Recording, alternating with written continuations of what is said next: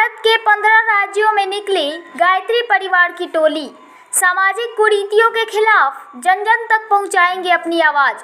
अखिल विश्व गायत्री परिवार शांति कुंज हरिद्वार द्वारा शांति कुंज स्वर्ण जयंती वर्ष 2021 के अंतर्गत 8 अगस्त को शांति कुंज से डॉक्टर प्रवण पांडे एवं शैल बाला पांडे से विदाई लेकर 30 टोलियां पूरे भारतवर्ष के 15 राज्यों में संदेश को जन जन तक पहुंचाने हेतु रवाना हुई।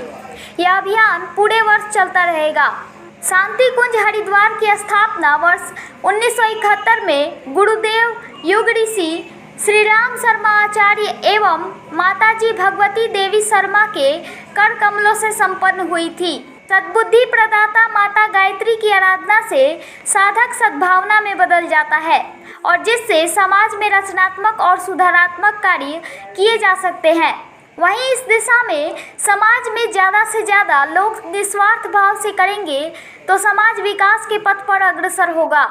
छपरा में गायत्री परिवार के वीरेंद्र तिवारी ने एक प्रेस वार्ता में कहा कि गायत्री परिवार के संदेश को जन जन तक पहुंचाना एवं लोगों से मिलकर उन्हें समाज में फैले कुरीतियों से लड़ने एवं सभी को आस्था के प्रति जागरूक करने का काम गायत्री परिवार करता है। समय समय पर सामाजिक सरोकार से जुड़े कार्य जैसे गरीब असहाय लोगों की मदद करना एवं पर्यावरण को सुरक्षित रखने हेतु वृक्षारोपण जैसे कार्य गायत्री परिवार की तरफ से किया जाता रहा है। 30 अगस्त तक गायत्री परिवार के सदस्यों ने 6 पेड़ लगाने का निर्णय लिया है। ब्यूरो रिपोर्ट पाठक की नज़र से छपरा। हम लोग शांति कुंज हरिद्वार से यहाँ पर आए हैं। शांति कुंज हरिद्वार अखिल विश्व गायत्री परिवार का प्रमुख केंद्र है। संपूर्ण भारतवर्ष में कोरोना के कारण जो विषम परिस्थितियाँ खड़ी हुई, उन परिस्थितियों में हमारा शांति कुंज गुरुधाम भी बंद हो गया। सब जगह लॉकडाउन लगा, लोग घरों में बंद हो गए, तो हमारे यहाँ भी बंद होना स्वाभाविक था। लगभग 2 वर्षों में हम अपने लोगों से ना तो मिल पाए, ना हमारे लोग वहाँ आ पाए।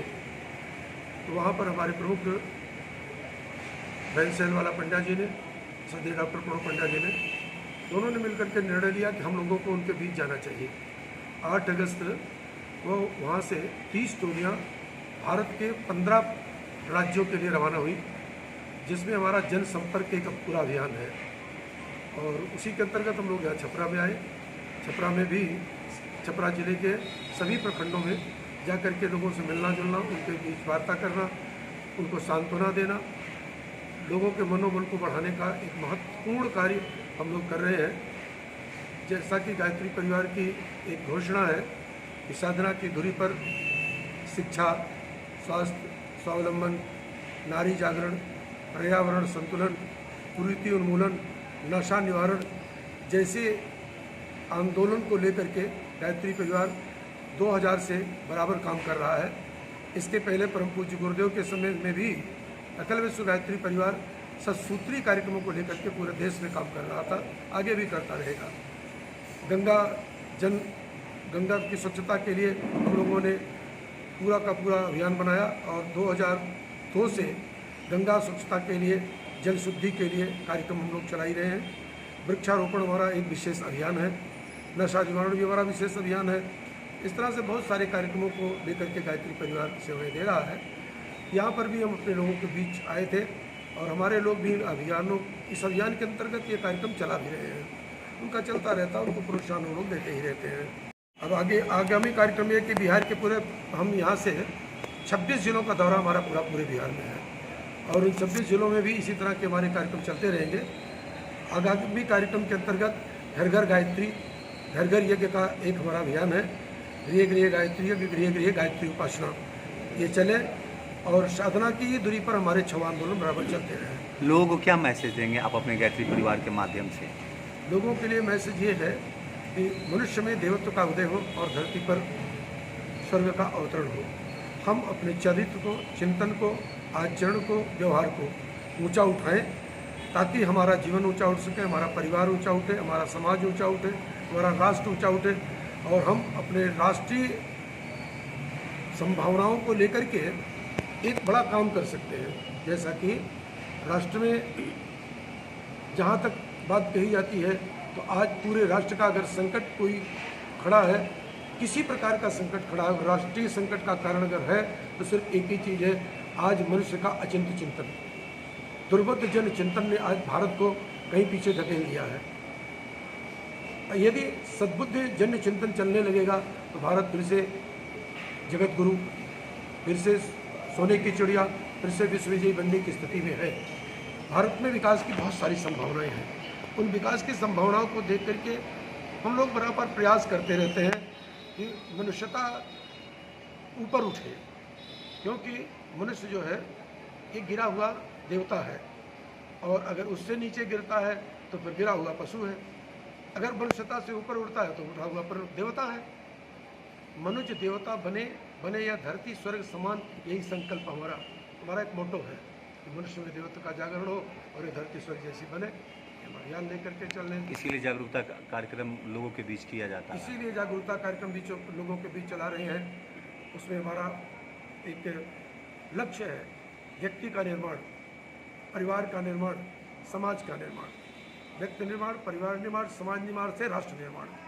ये 4 सूत्र हमारे, उन 4 सूत्रों के आधार पर हम लोगों के बीच में जानकारियाँ देते रहते हैं, लोगों को ऊँचा उठाते रहते हैं, यज्ञ संस्कारों के माध्यम से जनजीवन में प्रवेश करते हैं। क्योंकि खराब विचारों को काटने के लिए अच्छा विचार चाहिए, और अच्छे विचारों के लिए युग ऋषि परम पूज्य गुरुदेव पंडित श्री राम शर्मा आचार्य जी ने 3200 पुस्तकें एक लेखनी से लिखी है। 4 वेद, 18 पुराण, 6 दर्शन, 20 स्मृतियों का भाष्य किया। परम पूज्य गुरुदेव एक अच्छे संगठक, एक अच्छे वक्ता, एक अच्छे लेखक रहे। जैसा कि भारत के लोगों को, कितने लोगों को मालूम, मैं नहीं कह सकता, परम पूज्य गुरुदेव को जब धर्म संसद का सम्मेलन लुधियाना में हुआ था आज से 50-60 साल पहले, तो लाइट ऑफ एशिया की उपाधि से उनको विभूषित किया गया था। ये भारत का पहला संगठन है जिसके प्रवर्तक के नाम से 2 बार रंगीन डाक टिकट भारत सरकार ने जारी किया। पहला रंगीन डाक टिकट जारी हुआ था परम पूज्य गुरुदेव के महाप्रयाण के बाद 1991 में ताल कटोरा स्टेडियम नई दिल्ली में भारत के महामहिम उपराष्ट्रपति डॉक्टर शंकर दयाल शर्मा जी ने जारी किया था। दूसरा रंगीन डाक टिकट जो जारी हुआ हमारे देव संस्कृति विश्वविद्यालय के सभागार में जारी हुआ, जिसे भारत सरकार के दूरसंचार विभाग ने उस डाक टिकट को जारी किया है इसी पिछले महीने में। परम पूज्य गुरुदेव स्वतंत्रता संग्राम सेनानी रहे। भारत सरकार ने उन्हें तामपत्र और प्रशस्ति पत्र प्रदान किया।